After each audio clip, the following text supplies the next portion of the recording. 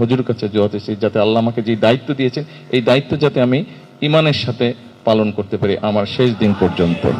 নির্বাচনের আগে আমি হুজুরকে কথা দিয়েছিলাম যে আমি আসব, কিন্তু নির্বাচনের পরে আপনারা দেখেছেন আমরা যখন আল্লাহর রহমতে সরকার গঠন করেছি, সরকার গঠন করার একদিন পরেই রোজা শুরু হয়েছে।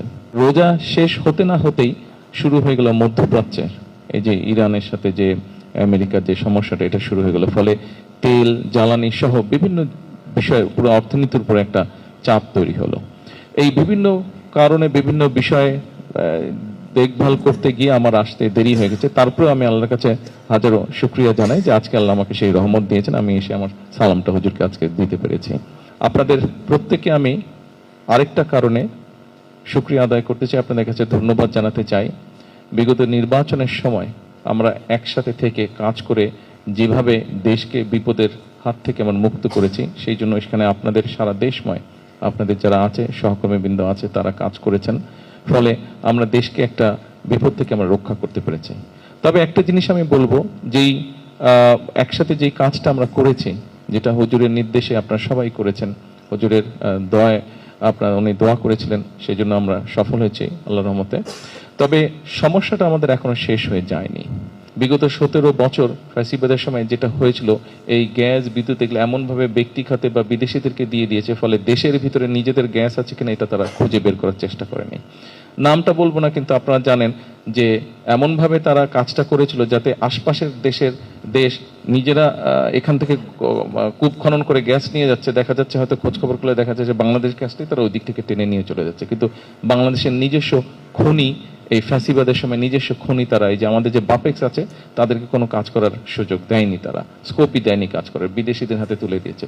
তো এই যে পরিকল্পনাহীনভাবে যে কাজ করা হয়েছে, অথবা কাউকে ব্যক্তি স্বার্থ উদ্ধারের জন্য কাউকে কাজগুলো দিয়ে দেওয়া হয়েছে, ফলে হয়েছে কি এটার সমস্যা। এই যে বেশ কিছুদিন ধরে ধরেন গ্যাসের একটা দুর্ঘটনার জন্য গ্যাসের একটু সমস্যা আছে, আশা করি ইনশাল্লাহ আল্লাহর মতে আগামী 5-7 দিনের মধ্যে এটা ঠিক হয়ে যাবে, সমস্যা কিছুটা কমে আসবে। বিদ্যুতের সমস্যা আছে আমরা জানি, কিন্তু ওই যে ফ্যাসিবাদের সময় পরিকল্পনাহীনভাবে যে কাজগুলো হচ্ছে, ফলে তার খেসারত তারা কিন্তু অর্থ করে নিয়ে গেছে, কিন্তু তার খেসারত এই দেশের মানুষকে এখন দিতে হচ্ছে। ফলে এই সবগুলো বিষয় একটা পরিকল্পনা গ্রহণ করতে হচ্ছে আমাদেরকে।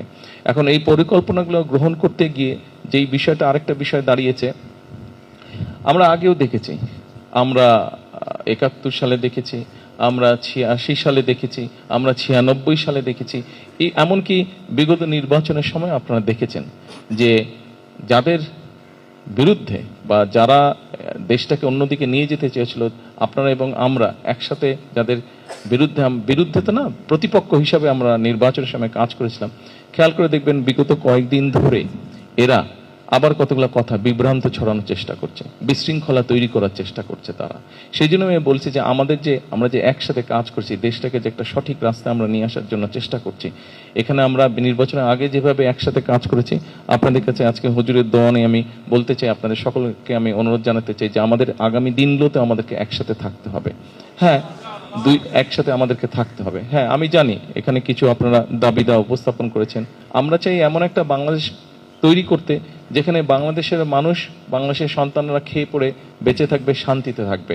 বিভিন্ন মানুষ আমরা একসাথে শান্তিতে থাকব, আমরা আমাদের ধর্ম পালন করব, তারা তাদের ধর্ম পালন করবে, কিন্তু একই সাথে এখানে যেটা অধিকাংশ মানুষ, এটা হচ্ছে ইসলাম ধর্ম, এখানে ইসলাম ধর্ম হিসাবেই ইসলাম হিসাবেই এটা আমরা এগিয়ে নিয়ে যাব আমাদের দেশটাকে ইনশাল্লাহ।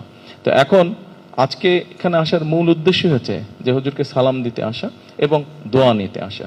দোয়াটার মূল বিষয়টা হচ্ছে এই যে আপনাদের সামনে সংক্ষেপে যে কথাগুলো বললাম, যে বিভ্রান্ত বা বিশৃঙ্খলা সৃষ্টির যারা চেষ্টা করছে, এরা যদি বিশৃঙ্খলা তৈরি করতে না পারে, আমাদেরকে দেশের মানুষের জন্য কর্মসংস্থানের ব্যবস্থা করতে হবে, মানুষের চিকিৎসার ব্যবস্থা করতে হবে, হাসপাতালগুলোকে ঠিক করতে হবে, আমাদের শিক্ষার ব্যবস্থা করতে হবে, রাস্তাঘাট স্কুল কলেজগুলো আমাদেরকে ঠিক করতে হবে, বিভিন্ন জায়গায় ব্রিজ কালভার্ট আছে এগুলো ঠিক করতে হবে। দেশে যদি আমাদের বিশৃঙ্খলা না থাকে, শান্তি পরিবেশ থাকে, তাহলে দেশীয় বলেন বা বিদেশি বলেন যে বিনিয়োগকারীরা আছে, তারা দেশে তখন বিনিয়োগ করবে। বিনিয়োগ করলে আমাদের সন্তানরাই, আমাদের পরিবারের সদস্যরাই সেখানে চাকরি বাকরি কর্মসংস্থানের ব্যবস্থা হবে, ফলে দেশের মানুষ যাতে ভালো থাকতে পারে, তাই না? আমাদের দায়িত্ব আমাদের দায়িত্ব, যেহেতু আল্লাহ তাআলা আমাদেরকে দায়িত্বটা দিয়েছে, আল্লাহর রহমতে আমরা সরকার গঠন করেছি। এই সরকারে কিন্তু আপনারা হয়তো সরাসরিভাবে সরকারে নেই, কিন্তু আপনারা সরকারের সহযোগী হিসাবে আছেন।